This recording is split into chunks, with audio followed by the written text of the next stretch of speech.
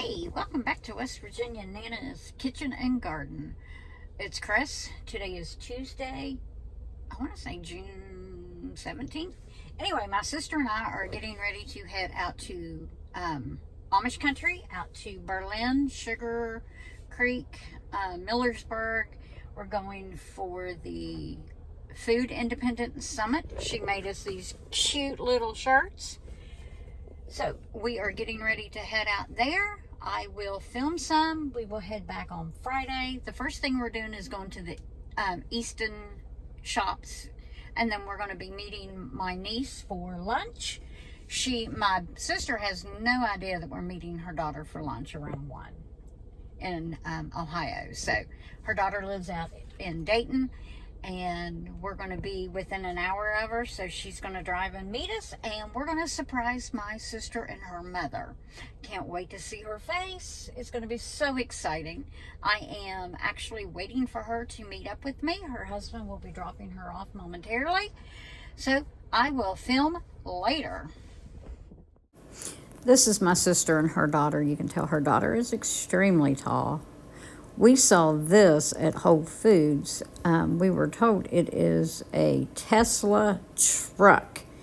It looks like something you would find from Back to the Future, so we had to take a picture of it. It was crazy. This is a view from our hotel in Berlin, Ohio. Beautiful morning sunrise.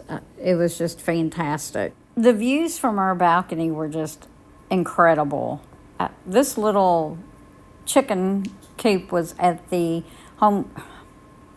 food summit. This was inside of Culbertson's chocolate. We watched the workers make some chocolate, and another sunrise, sunset. I can't remember which one it was. Picture of the clouds one day. They were just incredibly breathtaking. Here's my sister and I at the Food Independence Summit. This picture was John Miller doing the opening for the Food Independence Summit. This was on Wednesday. We didn't get to film a whole lot. This is all the sponsors that sponsored the Food Independence Summit. Taking pictures of the boards. And this gentleman here, he is, Joel.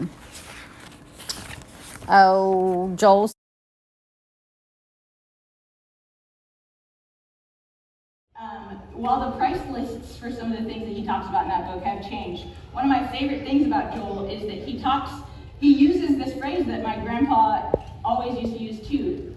Use what you've got to get where you need to go. And I have started very small and very humble.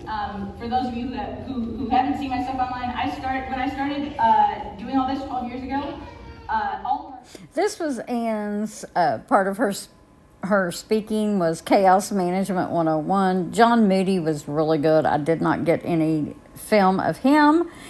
And again, John Miller doing his talking.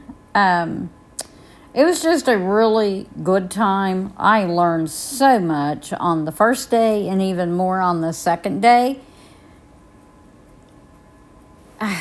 Every speaker was excellent. So, image and likeness, I'm going to summarize with this. It's the fractional capacity to do what God does and to be like He is. That's a big philosophical posture. Now let's make it practical. I want you to look at this I've got some graphics up here. I probably should have put this in the book. But it can be summarized this way. What we do determines who we become. And that is true negatively and positively. If you drink, you'll come to be a drunk. Okay? Who we are, when you come to be a drunk, who we are then determines what we do. You drink more, right? The entirety of life and doing and being can be summarized in these two words. We want to make sure it's based on truth. So question number one. Oh, this clicker's not having a mind of its own here. Let me just see if I can.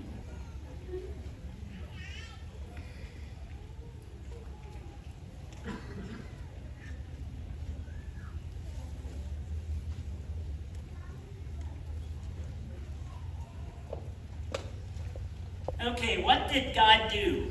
We're going to look at a couple things he did in the garden. The first thing he did after the week of creation is he planted the garden eastward in Eden. And, we all know what happened. You have all the bad stuff that happened, right? That's what we tend to think about. I want to focus on the positive today. And by doing so, the God of the galaxies became the God of the garden.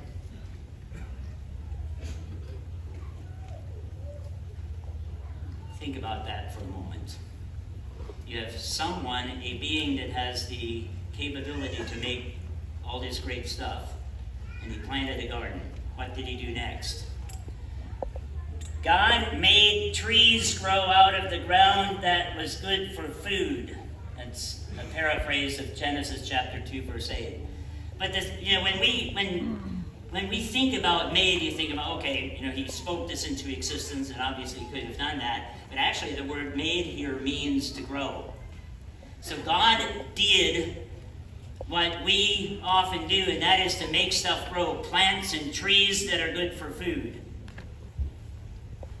Then number 3, he put man in the garden to cultivate and to keep it.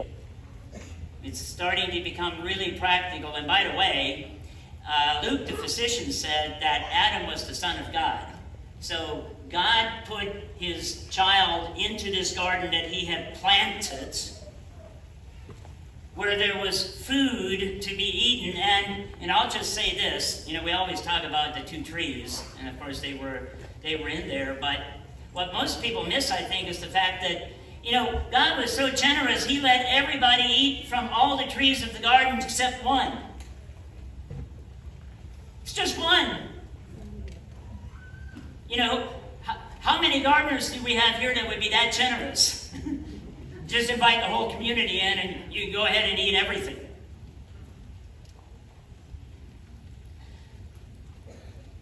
So here's what I think we missed, and this is what I missed. And we're going to look at some pictures here in a minute.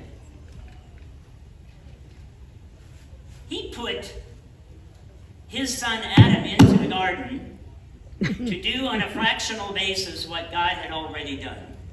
To cultivate it, to keep it, to grow it, to provide food for his family, so on and so forth.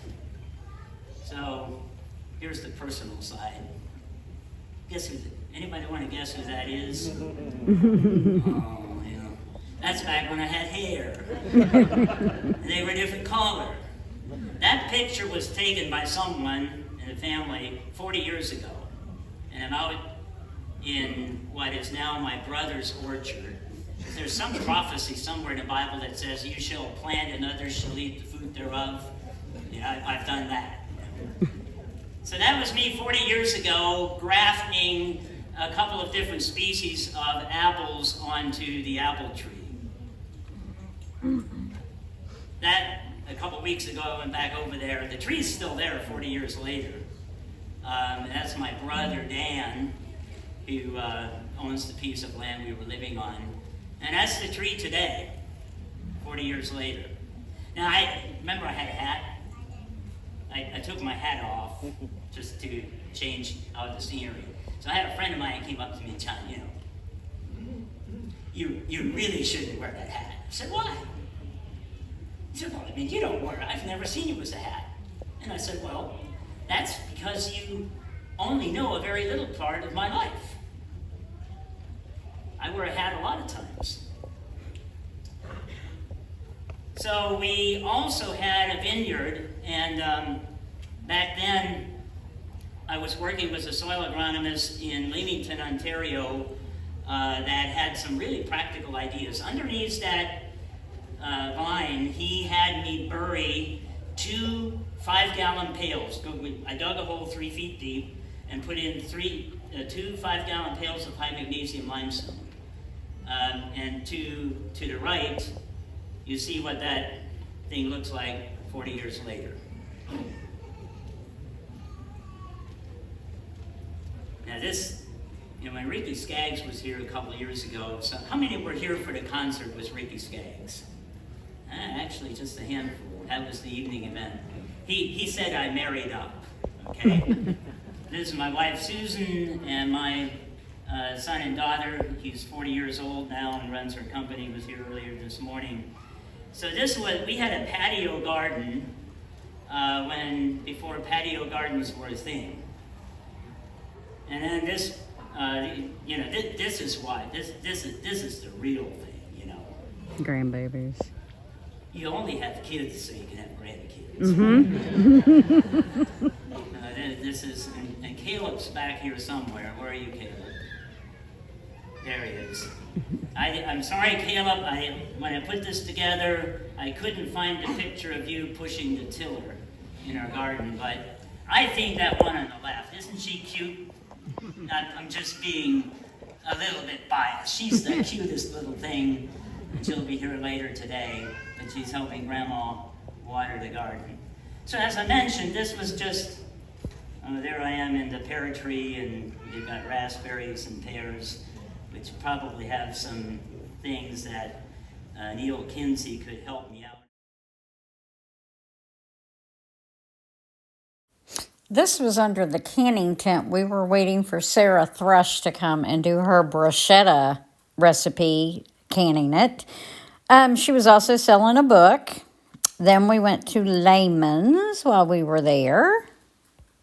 We came across this bacon up. They're actually selling bacon grease on the shelf. You just snuggle right up to them and you bird dog them. You read what they read what they've written.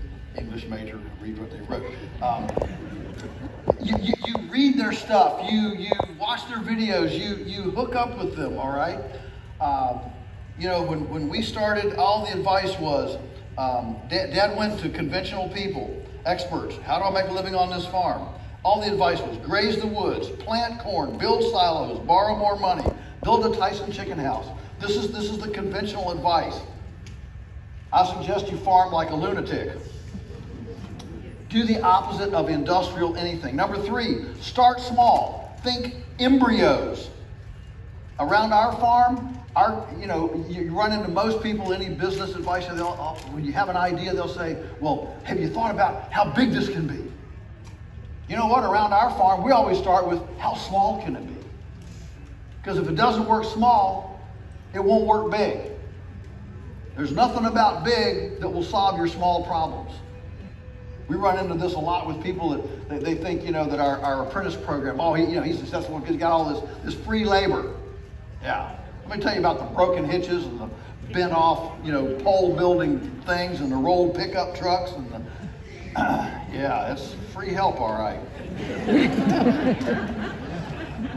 If you're not running an efficient, successful, awesome operation yourself, there's nothing about getting a partner that will help you. It'll just complicate the situation. And you don't need somebody on your heels all the time asking you, why are you doing this? Why are you planning that? Why are you doing it this way? You'll just get nuts. So start with embryos. How small can it be? Don't sink the ship. Innovate with prototypes. Don't jump off a cliff and sink the mothership. Test things before going whole hog. We do experiments all the time. Do little experiments. Experiment with 5 chickens. Experiment with 3 tomato plants. Experiment with 1 set of, a canning processing deal, okay? Number 4, start something. Start something, anything. Don't worry about if it's right. Don't worry about if it's wrong. Don't worry about if it's good, bad, indifferent. Fill your space. Start with something. Movement creates movement. Inertia works both ways. If you're not doing anything, you tend to want to a body at rest is, and one stay at rest. But if you're moving, you get momentum. I mean, even if it's a quart jar of mung bean sprouts on the windowsill, start with something, anything. Bees on the rooftop if you're in the city. A little 12-inch by 12-inch vermicomposting bin under the kitchen sink.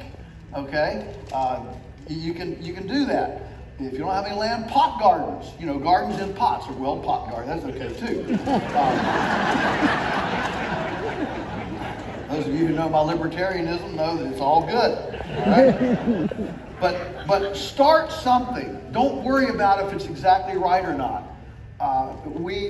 If you read business analysis, they will constantly tell you if you get anywhere close to 80%, go ahead and do it. You don't need to be 100% sure. Number 5, good enough is perfect. Good enough is perfect. Always think function over form. I know we all read the pretty little, modern homesteading and the pretty pictures in Plain Values or whatever, right? And we all, I look at those barns people have, those buildings and chicken coops and stuff, and I just drool over them, but I know how expensive they are, how difficult they are to build, so I just use my little, 87-degree angles, and it's kind of functional, and the gates are parallelograms and all that, but it works! If you come to one of the most common things when people come to our farm is wow, it's not real pretty. My mentor, Alan Nation, used to always say, he said, a profitable farm has a threadbare look. Look at my animals. Look at my earthworms. Look at my soil. Look at my grass. Okay? I'm not there to show off buildings and white fences and mow this and mow that. Okay? Good enough is perfect. Function over form. You can always fix it later. We're right now this summer we're in a major rebuild of a big hay shed feeding awning that we did 25 years ago, before we had a sawmill and before we had as much talent as we do now, talent beyond me. So we built this huge awning. It's 32 feet by 150 feet. And man, over the years, we have generated mountains and mountains and mountains of compost under that thing with our, carbonaceous diaper, but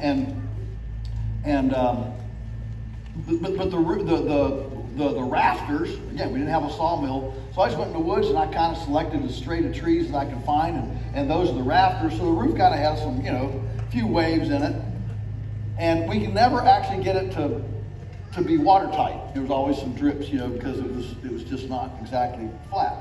But it lasted 25 years.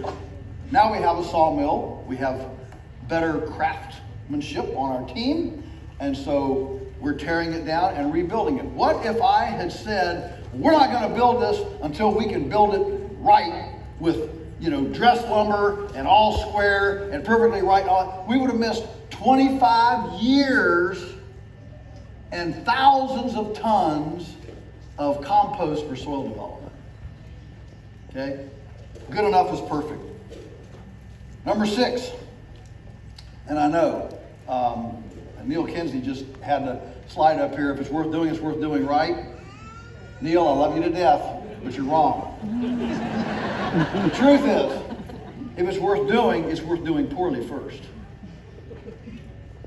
Nobody does it right at first. And what happens is, we have that thing in the back of our head, some matriarch or patriarch in the family, it's worth doing right, And it intimidates us because, I'm not sure what I'm doing. I don't know if it's right, so I don't do anything. Listen, think about it. You got a family shindig coming up. All the families are together.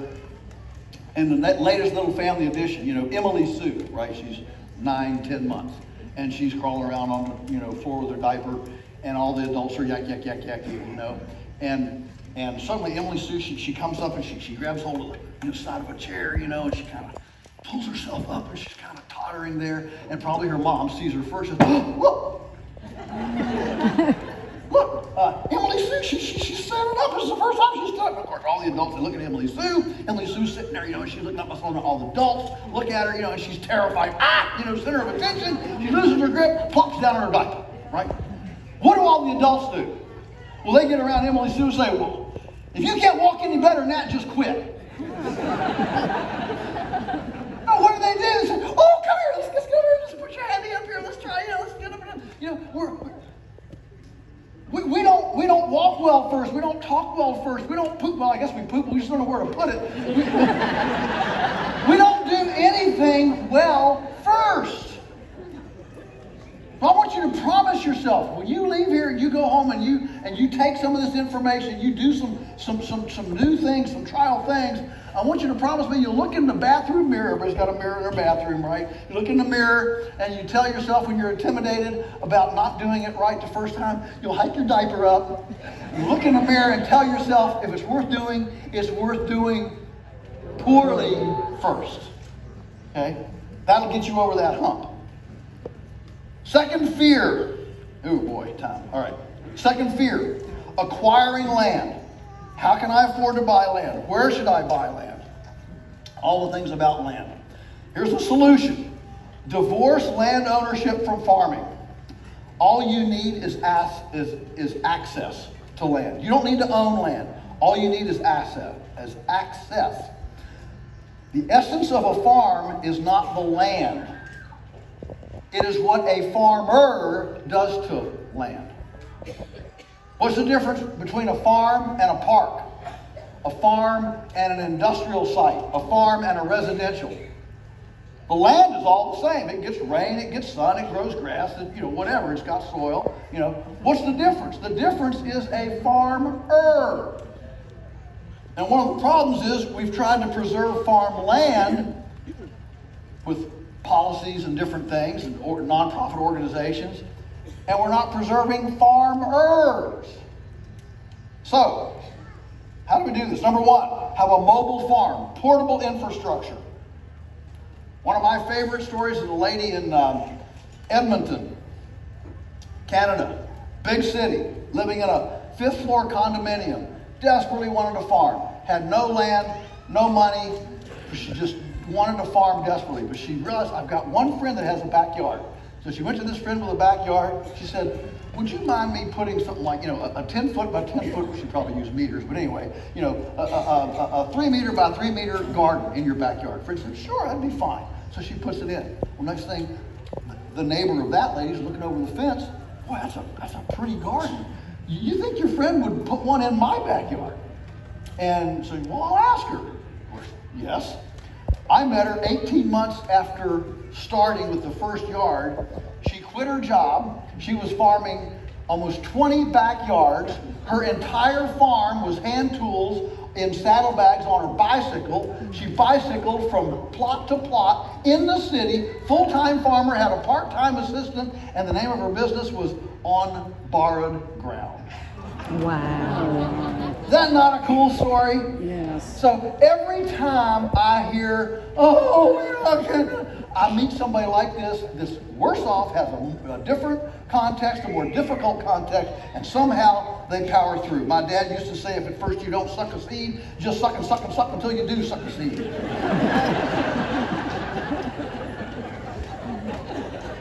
Mobile farming, mobile infrastructure allows you to do what I call nook and cranny farming.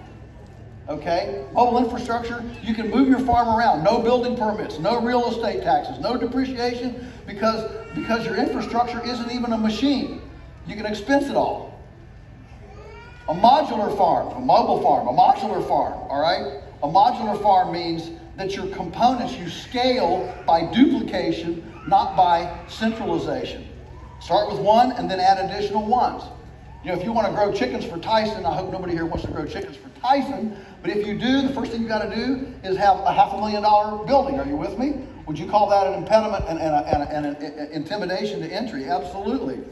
But if you just want to run chicken shelters, pastured poultry, you just cancel your Netflix subscription for 2 months, and with pocket change, you can build one of these chicken shelters, and you can be in business, and if you like it, You can retain your earnings, build a second one, a third, and if you're as nuts as we are, you can build 210 of them. Over time, debt-free, with cash flow, Dave Ramsey would be proud. Yes, it would. Okay? A modular farm makes it easy to enter, easy to exit. A management intensive, be management intensive. Substitute pharmaceuticals, capital intensity, and high energy for labor. That puts your equity in management and information. Equity is not in your infrastructure. Equity is in your management, information, and customer base, your patron base. Always invest in information first. And I congratulate all of you for realizing the best investment you can make is in information, and that's what makes this summit so valuable. So practical options: you can rent, you can caretake. There are people all over this country that are elderly, that have land, that would like to not go into assisted living if they could find a young person or young couple to come and clean their house, cook a couple meals a day for them, and they'll basically give you the keys to the kingdom. I mean, I get letters from 80-year-old people. Can you find me a young person to inherit my farm to? My kids will just sell it, and can you find me a person to give it to? If you're a young person, you've got to show yourself worthy, though, to do this. You can partner with someone. You can squat on land. You can piggyback by adding an enterprise to an existing farm. There is not, sorry to be on the kick of pastured poultry, but let me tell you, there is not a piece of land in the world under persimmon trees, apple trees, in wheat farms, any land in the world that wouldn't benefit from having pastured poultry on it. All right, third fear. Fear number 3, finances, running out of money. What happens when I don't have a paycheck? When do I leave my town job? Can we get this up and running fast enough? Cash flow. How do I get from payday to payday in farming? Solutions. Number 1, be debt-free. Be debt-free. Live cheaply. Cut your expenses by growing your own food. Dropping your utility bills. Yes, that means turning off the air conditioner. Wear junk clothes. Stay home. You're not living in the city, you're living in the country. If your kids have to be in all the little leagues and ballet, stay in the city. If you can't figure out how to substitute the joy of ballet and little league with salamanders and hunting frogs and fishing around the pond, you're not very creative. Buy used and wait for deals. Be patient. Speed is expensive. And no mortgage. I like to tell people to have a nest egg for at least 1 year. This takes the pressure off. Teresa and I did this. That's when I made my jump. September 24, 1982. Big day in my life. Left that down job, came back to the farm after we had a 1-year nest egg. And I fully intended to go back off farm. I said, we're probably going to run through it in a year, but in a year, we'll get so many projects done by me being here all the time that maybe my total time away can be cut from 15 to 12 or 12 to 8, you see. And turns out that little nest egg became like the widow's cruse of oil, and it just kept on because we had cut our expenses so much. We grew all our own food, we had our own firewood, we drove a $50 car.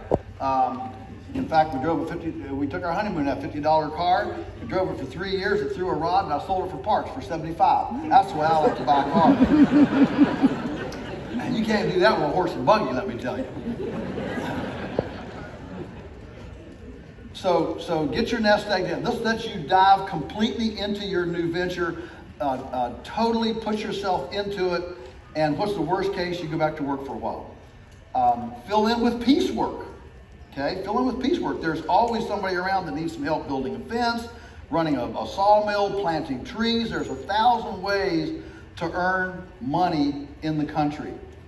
Ken Sherabach wrote a book about that, 1,000 Ways to Earn Money in the Country, years ago. I don't know if it's in print or not, but I mean, he had everything from belly dancing to whatever. I know a guy that raised up 2 calves on a bottle, trained them to be oxen, and he did birthday parties for $1,000 a pop. He would bring his oxen and take kids on an oxen birthday party ride. Don't you think that was unique? That's unique, all right? But just, man, you know, our weak link is not opportunity. Our weak link is imagination. Daniel says our problem is not that there's no opportunity. Our problem is constipation of imagination. Okay, and then cash flow. Grow some quick turnaround stuff. That's one of the reasons I love pasture and poultry. 8 weeks, you buy them from the hatchery. 8 weeks, you got something to sell. I mean, that's as fast as a radish. Fast. Get your cash flow together. Multi-season complementarity. You know, if you're too busy in the summer, cut down some of your summer stuff and think, well, what can I do in the winter? You know, woodworking, wintertime stuff that you can do in the winter. Employ yourself in an enterprises that have opposite busy times, and don't ever add another enterprise that has the same labor curve as the enterprise you're already doing. Every enterprise has a labor curve. You know, some months are heavier than other months. So as you add complementary enterprises to ease out your cash flow, almost all businesses, they collapse. They don't collapse because they have a bad service or a bad product. They collapse because of cash flow. The vultures, the bills are having to be paid out the back door faster than the money's coming in the front door. So you need to even out your cash flow situation by having complementary enterprises. Next fear number 4, labor. Who will do the work? What if you want to go away? I can't afford to hire employees. How can I get it all done? Time, those sorts of things. Solutions. Number 1, love people. Some of you got to come to the altar and find out how to love people. Most farmers don't love people, that's why they're farmers. This is not a normal farmer characteristic. Most farmers have a much better relationship with their horse or their tractor than they have with their spouse. Because the horse and tractor never roll their eyes at you and question you, and they're always happy to see you. So, love people. You can't do it all yourself, so don't even try. The gifts and talents necessary to run a successful enterprise do not all grow on the same pair of legs. And if you're going to be successful, it will mean partnering up with people that have skills and passions dissimilar to you, not similar.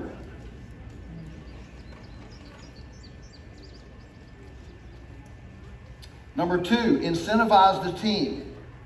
And I'd love to go in this. I can do a whole hour on this, but I just have to go. If you want this all laid out, it's in my book, Fields of Farmers, germinating young farmers. But you don't want employees. You want commission-based, performance-based partners. Carve out fiefdoms, even for your kids. Okay? Don't have the kids doing unincentivized chores.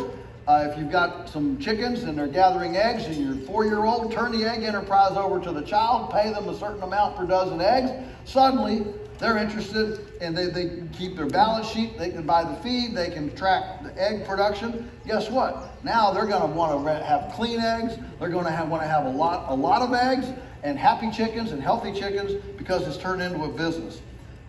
Performance-based remuneration. Give authority and autonomy with the ability to self-increase compensation. On our farm, every single one of our team members, we now support about 22 full-time salaries from our farm, and every single person knows that if they can think up of a complementary enterprise that they can add to the mix, that's their baby, we're all for it. So we've got all sorts of things going on that are things that I would never do and really don't even have much interest in, but they generate income for somebody. Number 3, build collaborative and synergistic partnerships. Shared risk is key. You don't want employees, you want shared risk partners. So you have memorandums of understanding, subcontractors, and it might mean that some things aren't done the way you do them. We had an apprentice that wanted to stay. And what do you want to do? So I really want to, he was very, very mechanical. And he said, I really would just like to have a farm shop and just fix things. So we sat down and developed a business plan for Farm Fix. I named it, I'm a wordsmith, so I get to name these things. Farm Fix. And he took over the shop. And I mean, he took over the shop. He poured concrete, put in lights. I mean, you could do dental work in there. But suddenly we didn't have to take anything to town anymore. Everything's done on site. And guess what? Neighbors started coming over. getting break jobs and things, and it started outreaching into the neighborhood, into the community as people started coming over. I'm sure it was illegal as sin. We didn't ask for a permit, but it's wonderful. Okay, always look for your sweet spot, which is at the intersection of. So if you're making notes and you're drawing, draw 3 circles that all intersect at some point. One of them is what you know, one of them is what you love, and one of them is what you're good at. Know, love, good at. Where they intersect, that's the sweet spot in your life. And if everybody puts all their attention on trying to maximize the time where those 3 things intersect, what you know, what you love, what you're good at, that's our sweet spot for life. So that, as Alan Nation said, as you age, your goal is to eventually arrive at a point where when you get up in the morning, you don't have to do anything you don't want to do. And I'm really close to that, really blessed in that.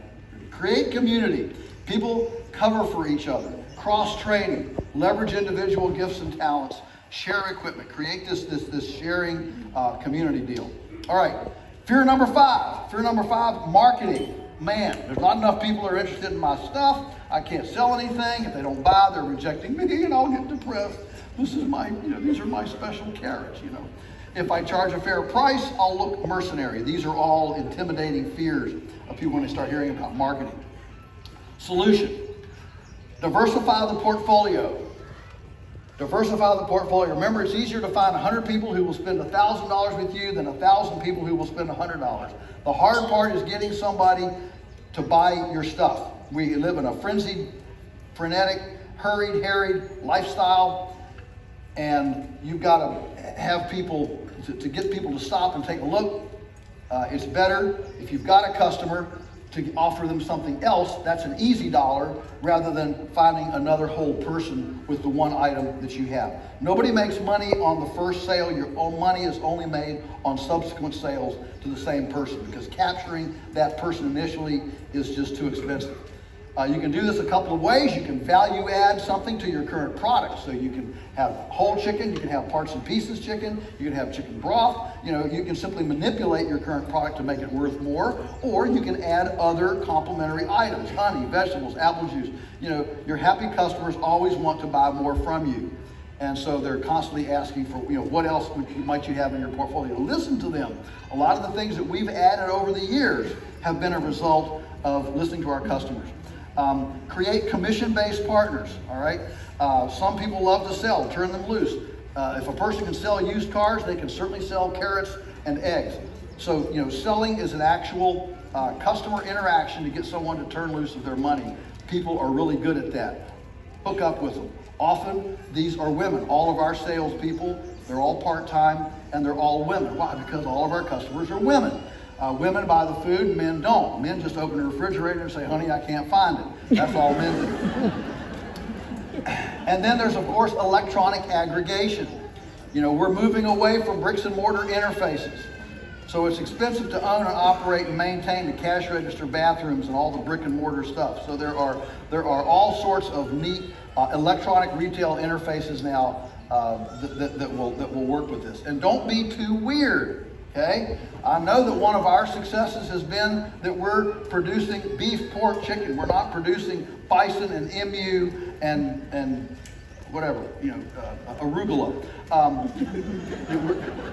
Alan Nation used to always tell me, he said in marketing, you can't be but so weird. You can be a nudist or you can be a Buddhist. But if you're a nudist, Buddhist, nobody will trust you. They won't buy from you. So sell common things, preferably consumables. Be different, but not weird, okay? And fear number 6, business. The fear of business. A lot of people in our country think business is bad. I mean, just, these are the commie, pinko, liberal, whatever. Probably most of us here don't think business is inherently bad, but that's a real problem that I run into. What if it makes a profit? I'll have to pay taxes. Oh no, pay taxes. Besides, profit is evil. That's selfishness. What about administration, accounting, insurance? My head will explode. Maintaining margins and keeping the bills paid. This is scary stuff. What if somebody sues me? All right. These are all legitimate and real business fears. Solution. Solution number 1. Bookkeepers and accountants are everywhere. Hire one. There are people out there who actually love counting beans. Let them count beans. Pay them to count your beans. Okay? It's okay. It's okay. Number 2, categorize everything. Know your enterprise margins. Don't just lump, if you're raising broilers and turkeys and layers, don't lump it into feed. Separate it out so you can run marginal analysis on each enterprise, because generally one enterprise carries the others. So figure out which enterprises are carrying and work your numbers so that all of them you either get rid of the ones that are in deficit, or you figure out how to help them. Segregate down to the minor details so you can tease out individual performance. Number three, do time and motion studies. Time and motion study. Look, nobody owes you a living just because you're a noble farmer. We farmers, a lot of times we carry this chip on our shoulder. If it weren't for me, the world would starve to death and all that stuff. No. If it weren't for you, somebody else would go farm the land and everybody would be happy. So, you're not going to save the world. Nobody cares. Nobody cares, okay? So keep a personal time card so you can create benchmarks. How long does it take to plant a foot of carrots? How long does it take to gather a dozen eggs? Because when you do this, when you do your time and motion studies, then you can actually have something that's duplicatable to somebody else. And you can then delegate that to somebody else with a modicum of benchmark assurity. So we have SOPs. We've done benchmark studies. So we have SOPs that, for example, when I say move a chicken shelter, there's a 6-page SOP that explains what that phrase means. A 6-page SOP for move a chicken shelter, okay? So these are the kind of things that you can do to make sure that you can delegate and you can duplicate yourself out there, and you can do $100 stuff while other people take over the $20 stuff. Stay in your unfair advantage. What do you do that nobody else can do? What do you do better that other people can't do? For example, we sell firewood, okay? We sell firewood. What's our advantage? Our advantage is selecting the right trees to cut and bringing it down. We can't drive a truck any faster. We can't split it any faster. We can't deliver it any faster than anybody else. So we just cut it, bring it down, put it in a big pile, let people drive their own pickup trucks and their own splitters and come and get it. And we stay in our lane. And that gives all the men a reason to justify owning a pickup truck to their wives. Beyond just throwing beer cans in on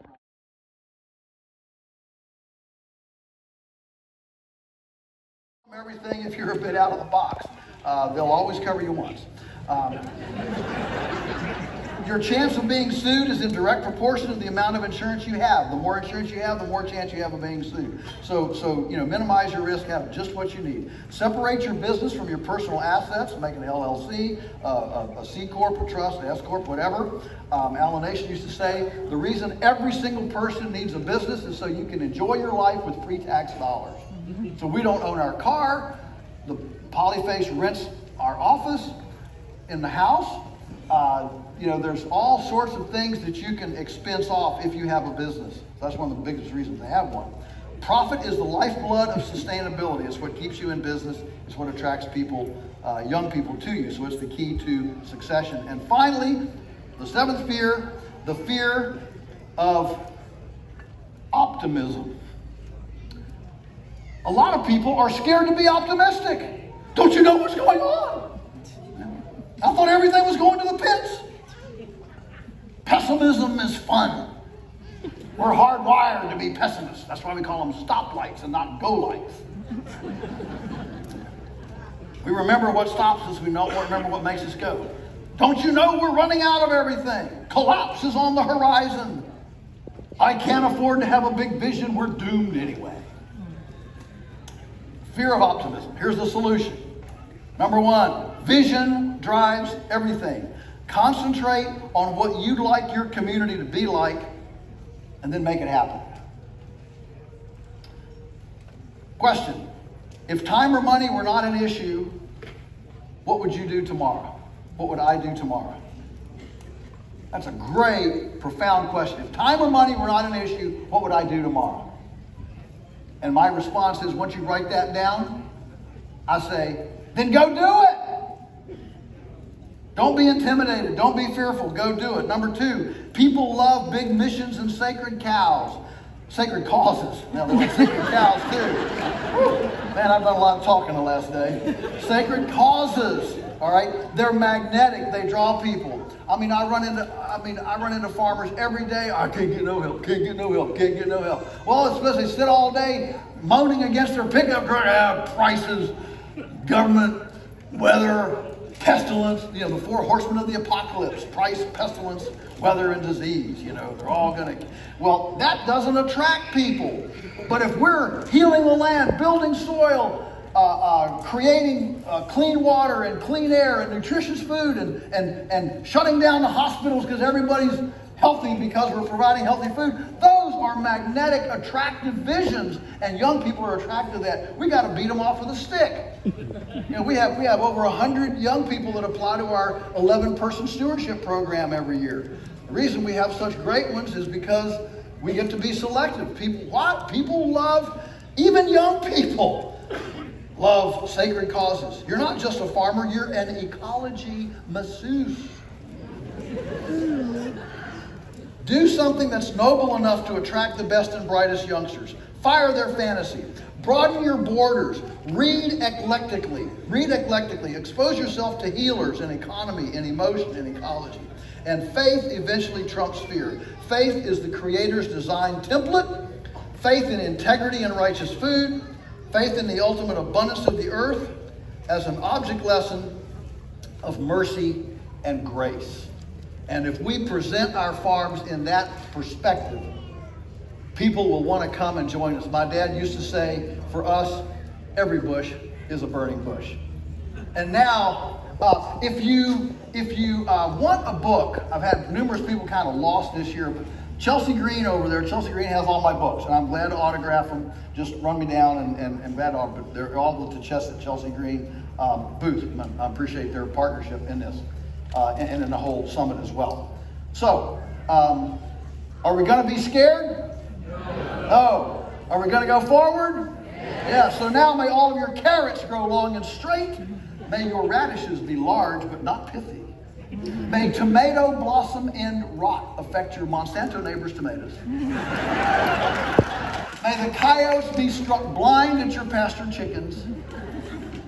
May all of your culinary experiments be delectably palatable. May the rain fall gently on your fields, the wind be always at your back, your children rise and call you blessed. May we all make our nest in our communities a better place than we inherited. God bless you. Thank you so much. Because for me, it gets a little bit personal. Overcoming fear. But, if you look at the world around us, everybody wants us to be afraid. Everyone, the media spends most of its time telling us to be afraid of something.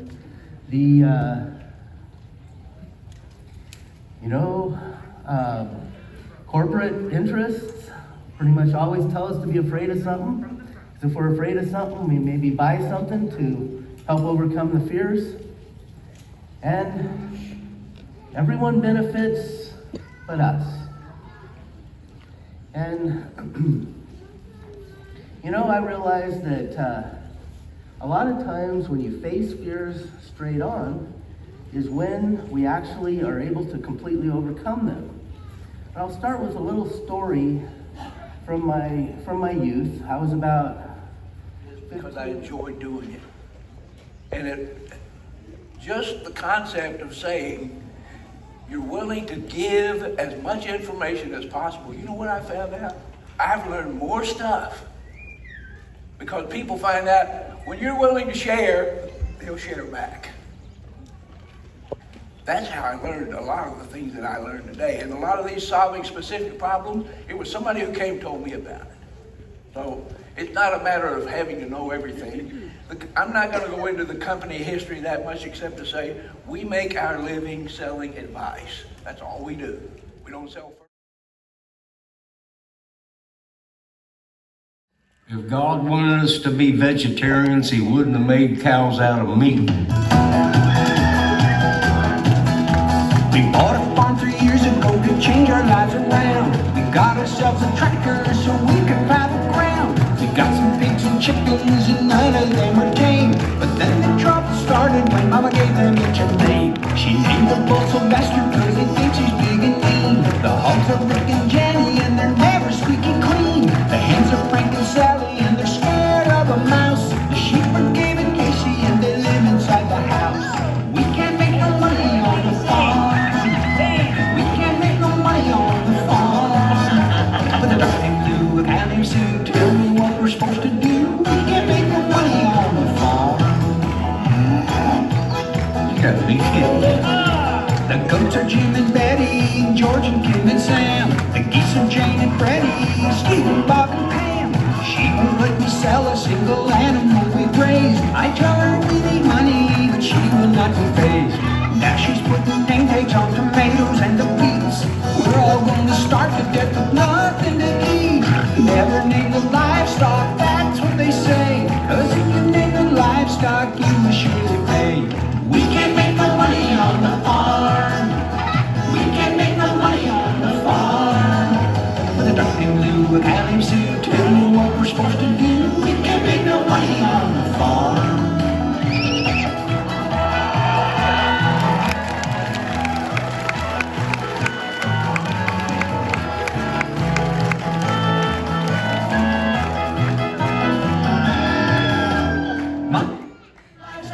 Mama don't need no livestock.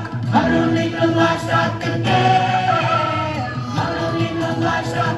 Mama don't need no livestock. Mama don't need no livestock again. We can't make no money on the farm. We can't make no money on the farm. With a duck named Lou, a cow named Sue, tell me what we're supposed to do. We can't make no money on the farm.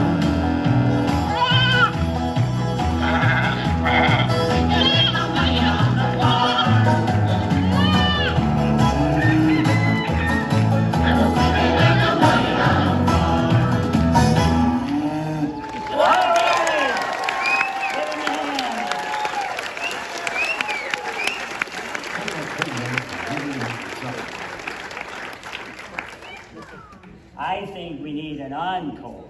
I mean, if we get them up here, they need to do 2 songs. Who agrees? I didn't hear you sing.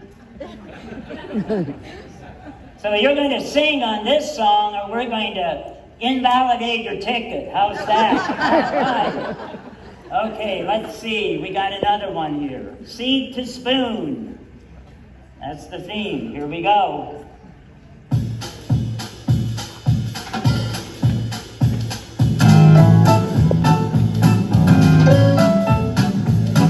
I went down to the grocery store to buy some peas and carrots. When I saw the prices there, well, my mind could hardly bear it. I was told we must accept all this inflation stuff that's spewing. It seems they're trying to drive us all right to the brink of ruin.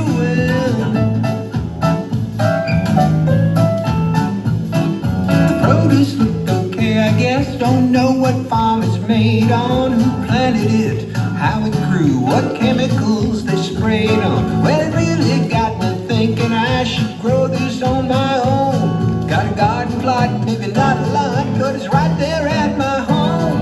From seed to spoon, I'm gonna grow my food myself. I'd rather pick it from the ground than pick it from the grocery shelf. I'm gonna work the soil, my toil will pay off soon. I'll eat what I've grown from what I've sown. Seed to spoon.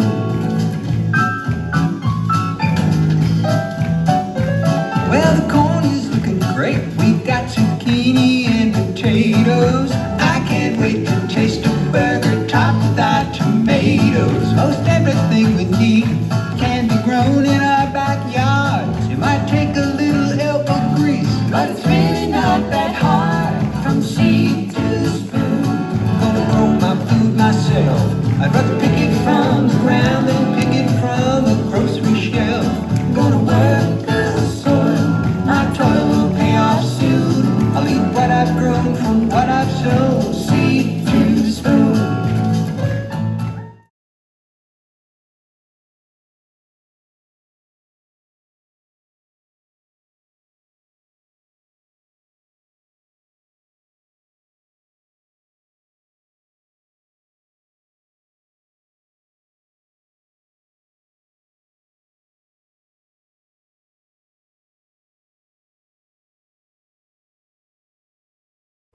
Hey, thanks for coming along with me on my first adventure to the Food Independence Summit.